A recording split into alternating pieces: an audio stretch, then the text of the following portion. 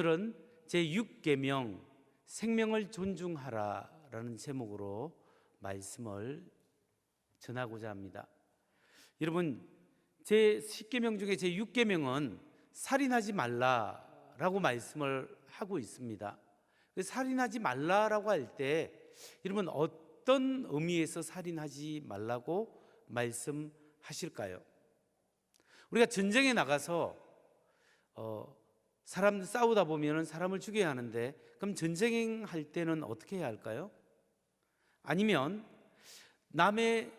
다른 사람이 우리 가족을 해하거나 내 생명을 해하려고 할 때 방어를 하게 될 때 그러다가 싸우다가 사람을 상해하거나 죽이게 되면 어떻게 되겠습니까?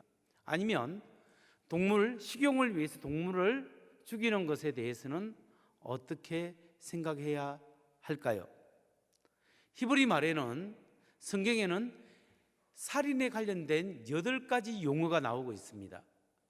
구약 성경을 쭉 보면 살인에 대해서 사용한 주로 2단어가 특이하게 볼 수 있는데 하라그라는 단어와 히미트라는 그 단어입니다. 이 단어들은 사람을 죽일 때나 살해할 때 사용되는 그런 용어입니다. 그런데 오늘 제6계명에 쓰였던 그 히브리 말은 살인하지 말라라고 할 때 이 살인이라는 단어는 라차흐라는 단어입니다. 라차흐라는 단어는 다음 3가지 경우에는 결코 사용하지 않았다고 합니다. 어떤 때 사용하지 않았냐면 평화를 지키기 위해서 전쟁할 때 사람을 죽여야 할 때 그건 라차흐 살인이 아니다. 그때 사용을 하지 않았습니다. 2번째, 죄인을 사형 선고할 때 라차흐 살인이라는 용어를 사용하지 않았습니다. 3번째는 인간이 생존을 위해서 짐승을 잡을 때 그건 살인이라고 표현하는 단어를 라차흐를 사용하지 않았습니다. 이 용어가 우리에게 주는 의미가 무엇인가? 이 말이 무엇인가 하면은 제6계명에서 살인하지 말라라는 계명의 뜻은 전쟁에서 적군을 죽이지 말라는 뜻이 아니고 심각한 범죄 행위를 한 사람에게 사형 선고를 내리지 말라라는 뜻도 아닙니다. 그리고 우리가 생명을 유지하기 위해 식용을 위해서 짐승을 잡는 것에 대해서 말하는 것도 아닙니다. 성경은 이런 종류의 살생을 금지하는 것은 아니라는 거죠. 그럼 제6계명에서 살인하지 말라라는 말씀의 뜻이 뭐냐? 그 말은 인간에 대해서 불법적인 살인을 하지 말라라는 겁니다. 다시 말해서 제6계명이 금지하는 것은 결백한 생명을 이유 없이, 정당한 이유 없이 그 생명을 취해서는 안 된다라는 말입니다. 그래서 우리는 불법으로 부당하게 다른 사람의 생명을 취해서는 안 된다는 그 말씀이 제6계명으로 우리에게 주어진 말씀입니다. 사람은 누구든지 부당하게 불법적으로 다른 사람의 생명을 취하면 안 됩니다. 왜냐하면 이 생명의 주인이 하나님이시기 때문에, 우리에게 생명을 주신 분이 하나님이시기 때문에 나의 생명도 내 마음대로 하면 안 되고 다른 사람의 생명도 내 마음대로 하면 안 된다는 거예요. 만일에 그렇게 다른 사람의 생명을 내 마음대로 취할 경우에는 하나님께서 그 죄의 대가를 그 사람의 생명값으로 대신하도록 하는 것입니다. 그래서 창세기 9장 6절에 보면 다른 사람의 피를 흘리면 그 사람의 피도 흘릴 것이니 이는 하나님이 자기 형상대로 사람을 지었음이니라. 만일 다른 사람의 피를 흘리고 살해했다면 그 사람의 목숨으로 그 살해죄에 대한 대가를 치러야 된다는 겁니다. 왜냐하면 사람은 하나님의 형상으로 지음받았기 때문입니다.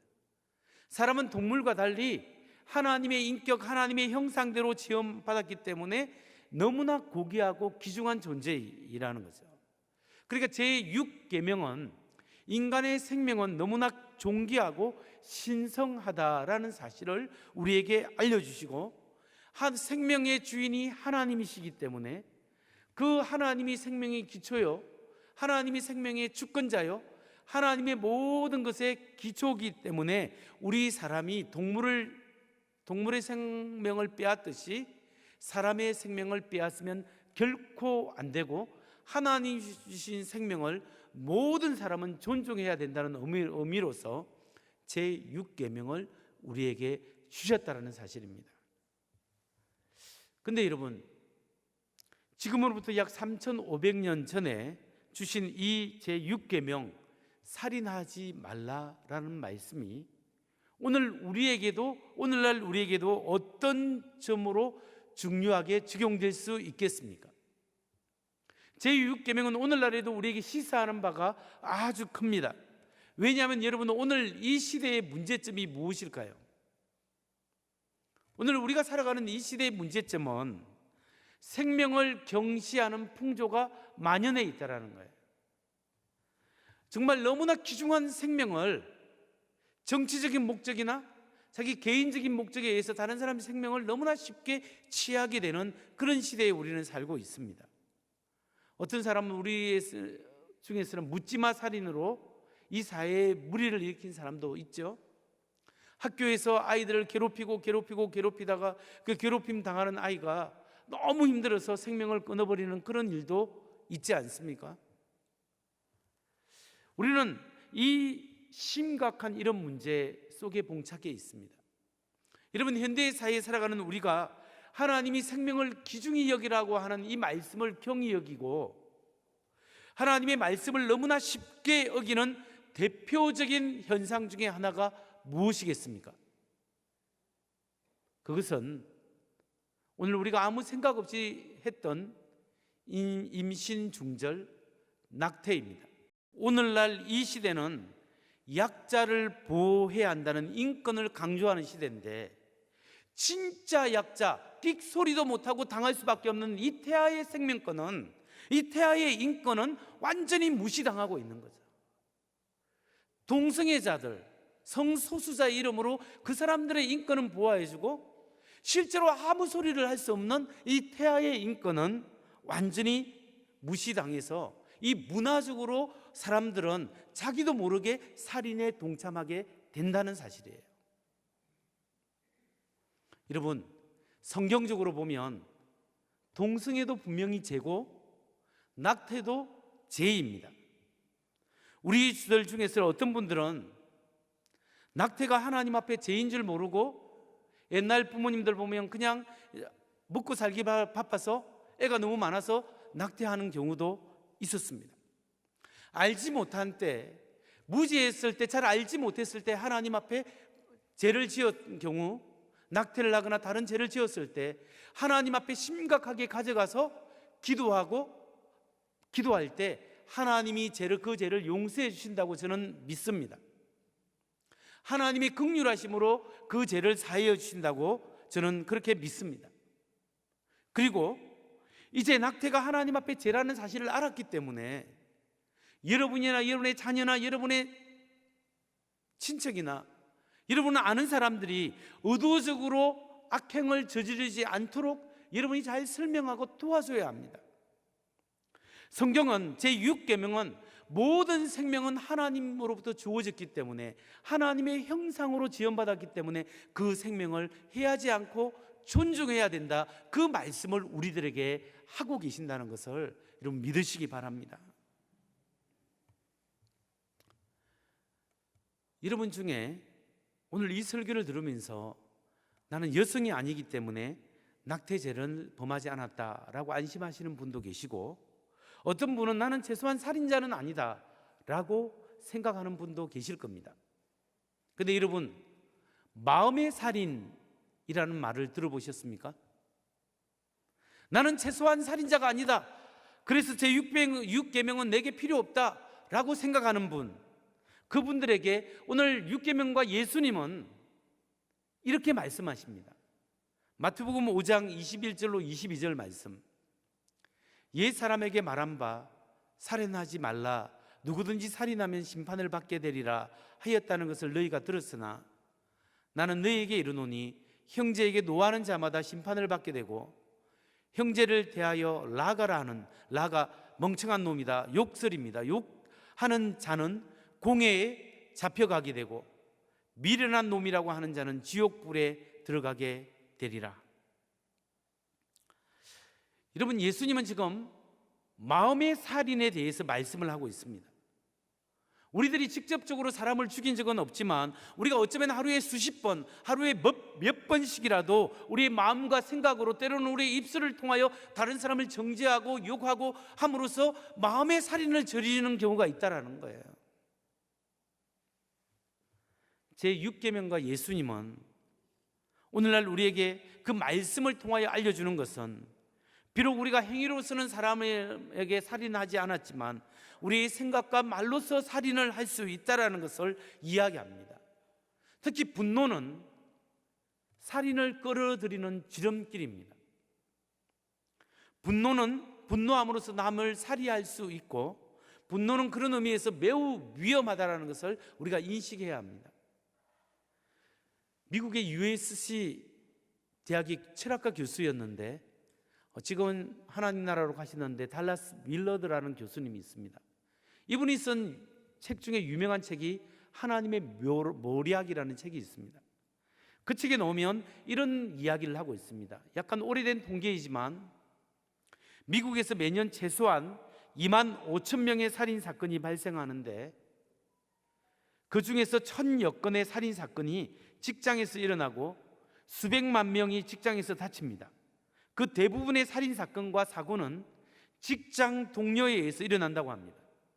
그런데 그 사건과 살인과 사건의 원인이 무엇인가를 조사해 보니까 오랫동안 직장 동료끼리 분노의 관계로 지내왔고, 오랜 분노를 경험한 후 살인하거나 폭력이나 사건을 통하여 상해를 입혔다라는 통계조사가 있습니다. 분노가 살인이나 폭력을 가져오는 주 원인이었다는 거죠. 그렇기 때문에 분노는 살인을 불러올 수 있을 만큼 위험하다는 것을 우리가 알아야 합니다. 여러분, 최근에 우리 한국 사회에서 안타까운 사건들이 여러 개 일어났는데 그 중에 하나가 서울 성북구의 한 아파트의 경비원으로 일하던 분이 입주민에 의해서 폭행을 당하고 또 언어폭언을 통해서 극단적 선택을 하게 된 최모 경비원, 그 아저씨의 일입니다. 최모 경비 아저씨는 지난 4월 21일 그 아파트 경비원으로 일하면서 이중 주차되어 있던 차를 이렇게 밀어서 옮기다가 차주인 신모 씨와 시비가 붙었고, 그래서 폭행을 당하고 폭언을 계속 당했습니다. 여러 차례 반복되는 폭언과 협박 때문에 너무나 억울해서 지난 10일에 목숨을 끊었던 안타까운 사정이 있지 않습니까? 그래서 이 남을 집요하게 무시하고 폭언하는 것은 죽음에 이르게 할 수 있다는 것을 인식해야 합니다. 이 사건 때 많은 사람이 도와준 사람도 있었지만 저는 이 사건을 보면서 우리의 교만한 마음, 그리고 우리의 폭력적인 언어, 그리고 거만한 행동이 다른 사람의 생명을 빼앗을 수 있고 죽음에 이르게 할 수 있다는 것을 우리가 분명히 알아야 한다는 겁니다. 저는 그 사건을 보면서 여러 가지 생각을 했지만 그 가해자 되시는 분이 크리스찬은 아닐 거야, 그냥 혼자서 그런 생각을 해봤습니다. 그분이 실제로 어느 종교를 믿는지 저는 모릅니다. 크리스찬이 아닌지 아닌지도 몰라요. 근데 제가 아는 것은 진정으로 하나님의 사랑을 알고 예수를 믿고 하나님의 은혜 가운데 살아가는 사람은 남을 물리적으로 그렇게 폭력을 가할 수 없고, 의도적으로 인격적으로 비방하고 집요하게 남을 폭언하고 남에게 그렇게 어려움을 주는 그 일을 의도적으로 반복하지는 않는다는 거죠. 만일에 그렇게 의도적으로 반복해서 남에게 상해를 입히고 폭언하고 폭력을 행사하는 사람은 그 자체가 하나님의 사람이 아니라는 것이 증명되어지는 거예요. 여러분, 하나님의 말씀은 마음의 살인에 대해서 경계하라고 우리에게 알려주고 있습니다. 요한일서 3장 14절 15절 말씀을 보면 우리는 형제를 사랑함으로 사망에서 옮겨 생명으로 들어간 줄을 알거니와 사랑하지 아니하는 자는 사망에 머물러 있느니라. 그 형제를 미워하는 자마다 살인하는 자니 살인하는 자마다 영생이 그 속에 거하지 아니하는 것을 너희가 아는 바라. 그 형제를 미워하는 자마다 살인하는 자니 살인하는 자마다 영생이 그 속에 거하지 아니한다. 여러분, 이 하나님의 말씀은 형제를 미워하는 자마다 살인한다. 이처럼 마음의 살인도 실제로 무서운 거예요. 우리는 우리 주위 사람을 미워하고 분노하고 욕하고 정오하고 그렇게 함으로써 살인할 수 있는 거예요. 이처럼 우리의 마음으로 범죄하는 것이 육계명에 해당합니다. 그래서 이 육계명을 좀 더 확장시켜서 설명하는 사람이 종교개혁자 마틴 루터예요. 마틴 루터는 제6계명에 대해서 이렇게 설명합니다. 제6계명은 단지 어떤 사람이 악을 행하는 것만 말하는 것이 아니라 어떤 사람이 그의 이웃에게 선을 행하는데 실패하는 것과 혹은 어떤 사람이 다쳤는데 그 고통 가운데서 그를 돕고 구해주는데 실패하는 것도 말하는 것이다. 만일 당신이 어느 사람에게 옷을 입혀 보낼 수 있었는데 옷을 입히지 않고 벌거벗은 채 내보냈다면 당신은 그를 얼어 죽게 한 것과 같다. 만일 당신이 어떤 사람이 굶주림 속에 고통을 받고 있는데 그에게 음식을 대접하지 않았다면 당신은 그를 굶주리게 만든 것이다. 이와 마찬가지로 만일 당신이 어떤 사람을 죽도록 정죄하거나 어떤 사람이 살 수 있는 방법을 알고 있으면서도 그를 구하지 않았다면 당신이 그를 죽인 것이다. 여러분, 마틴 루터의 십계명을 확장해서 해석하는 걸 우리가 그대로 지키기가 참 힘듭니다. 하지만 제6계명은 우리에게 살인하지 말라, 이 말씀은 남의 생명을 존중하고 함부로 취해서는 안 된다는 것, 그리고 마음으로 분노하고 원한을 사고 저주하고 미워함으로 살인할 수 있다는 것에 대해서 우리에게 경고하고 있는 거예요. 뿐만 아니라 종교개혁자 마틴 루터는 이것을 확장시켜서 우리에게 적용할 때 우리가 선을 행해야 된다는 것을 알고 있으면서도 마땅히 내가 도와줘야 함에도 불구하고 우리가 그것을 중단하고 하지 않을 때 그 사람이 그것을 통하여 어려움을 당하는 것도 어쩌면 살인죄가 해당될 수 있다는 사실을 우리에게 알려주는 거예요. 그렇다면 여러분, 결론적으로 우리는 어떻게 살아야 하겠습니까?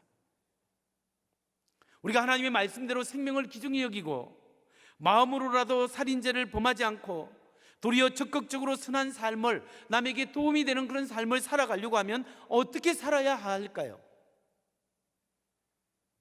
그 대답은 하나님의 은혜 안에 살아가는 수밖에 없다라는 겁니다. 하나님의 은혜 안에 거함으로 우리의 마음이 달라지고 우리의 생각이 달라지고 우리의 은혜가 달라지고 우리가 하나님의 은혜 속에서 살아가는 연습을 할 때 내 속 사람이 다 바뀌어질 때 우리가 선한 말이 나오고 선한 행동을 할 수 있는 거예요. 여러분, 우리가 예수 그리스도의 은혜가 있고 십자가의 보혈의 피가 내 안에 있고 성령님이 내 안에 있고 날마다 성령님과 교제하면서 나의 영이 하나님의 은혜로 변화되지 않는다면 우리에게 무심코 태어나는 언어가 정제될 수 없는 거예요. 하나님의 은혜가 네 안에 충만해야, 내 속 사람이 바뀌어야 나의 행동과 언어가 달라질 수 있는 거예요. 마태복음 12장 34절 35절에 보면 예수님께서 말씀하시는 거예요. 바리새인과 서기관을 향해서 독사의 자식들아, 얼마나 나쁘면 그렇게 했겠습니까? 너희는 악하니 어떻게 선한 말을 할 수 있느냐? 이는 마음에 가득한 것을 입으로 말함이라. 선한 사람은 그 쌓은 선에서 선한 것을 내고 악한 사람은 그 쌓은 악에서 악한 것을 내노니라. 선한 사람은 그 쌓은 선에서 선한 것을 내고 악한 사람은 그 안에 악한 것이 툭툭 튀어나온다는 거예요. 이게 여러분 중에서 나도 모르게 어떤 사람에게 욕설이 팍 튀어나온다. 사회생활할 때 욕설이 튀어나오고 교회 와서도 잘 정되지 못한 욕설이 튀어나오거나 남에게 상처를 주는 말을 아무렇지 않게 하고 남을 비방하고 시기하고 질투하면서 마음을 아프게 하는 말을 그냥 쉽게 내뱉으면 심각하게 생각해야 합니다. 여러분의 속사람 영혼이 심각하게 병들어 있거나 하나님 앞에 심각한 영적 질병에 걸려 있다는 것을 알아야 한다는 거예요. 하나님 앞에 회개해야 합니다. 정말 하나님 앞에 그리고 간구해야 합니다. 나의 심령 속에 하나님의 은혜가 떠나 있구나. 내 안에 하나님의 은혜와 은총을 사모하는 마음이 없구나. 하나님의 영이 내 안에 계시고 내가 하나님과 깊은 교제 속에 살아가면 그렇게 쉽게 나올 수 있는 언어가 아닌 거예요. 그래서 기도해야 합니다. 하나님, 나를 불쌍히 여겨주세요. 내게 하나님의 은혜가 필요합니다.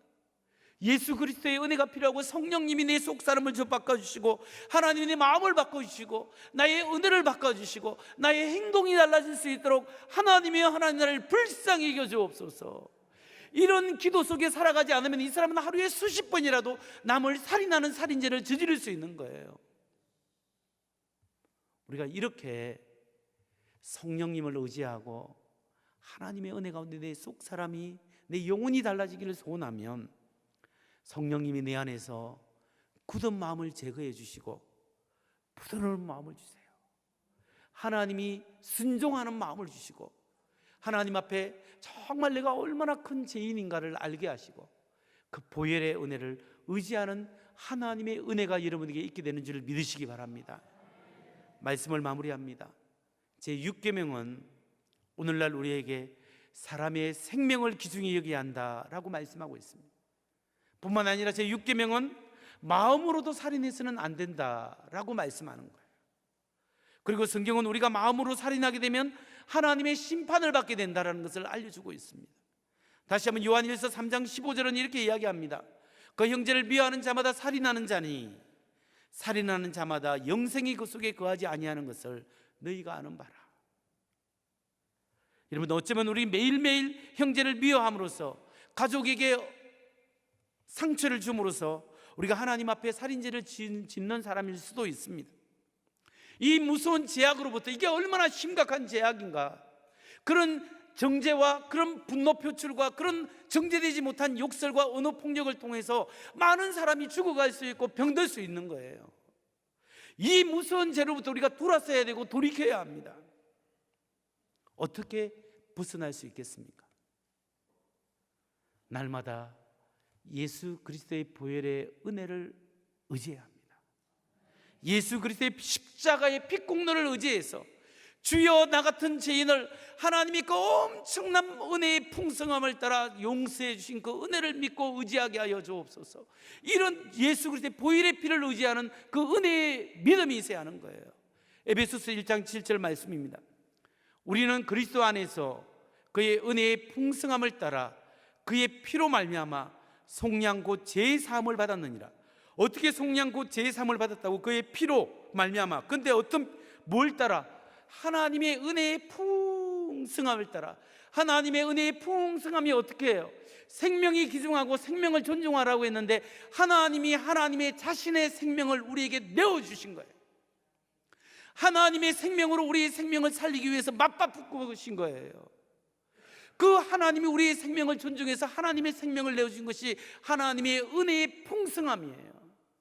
여러분의 돈보다 여러분의 생명이 중요하지 않습니까? 여러분의 생명을 누구하고 바꿀 수 없지 않습니까? 하나님은 하나님의 자신의 생명을 우리에게 내어주시고 그게 하나님의 은혜의 풍성함을 따라 우리의 제사함, 속량 곧 제사함, 그의 피로 말미암아, 생명의 피로 말미암아 우리에게 제사함을 주었다는 거예요. 그렇기 때문에 여러분, 예수의 피를 의지해야 합니다. 하나님이 그 피로 죽음으로써 그 피로서 나를 사랑하시고 그만큼 나의 죄를 용서하시는 하나님의 은혜를 의지하고, 주님 나의 공로 없사오나 하나님의 은혜에 의지하여 주님 앞에 나아왔습니다.